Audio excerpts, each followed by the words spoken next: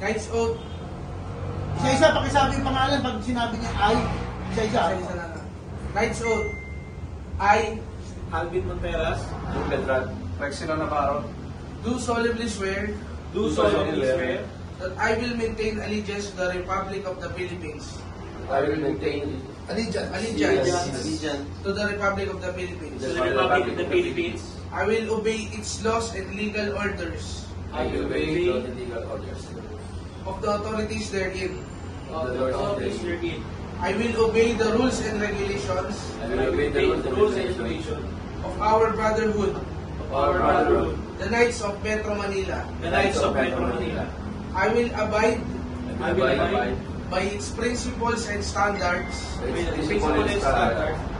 I will do no falsehood, I will do no falsehood, nor consent wrongdoing nor consent wrongdoing doing to my fellow brothers and sisters to my fellow brothers and sisters in the organization, in the organization, and will conduct myself and to conduct myself as a knight as a knight according to the best of my knowledge according to the best of my knowledge knowledge and discretion. and discretion.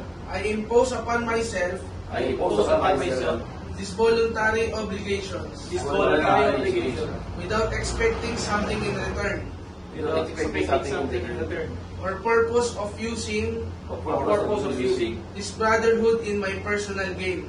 this brotherhood and brotherhood personal gain. So help me God. So help me God. Okay, lampakan. Welcome back. Welcome.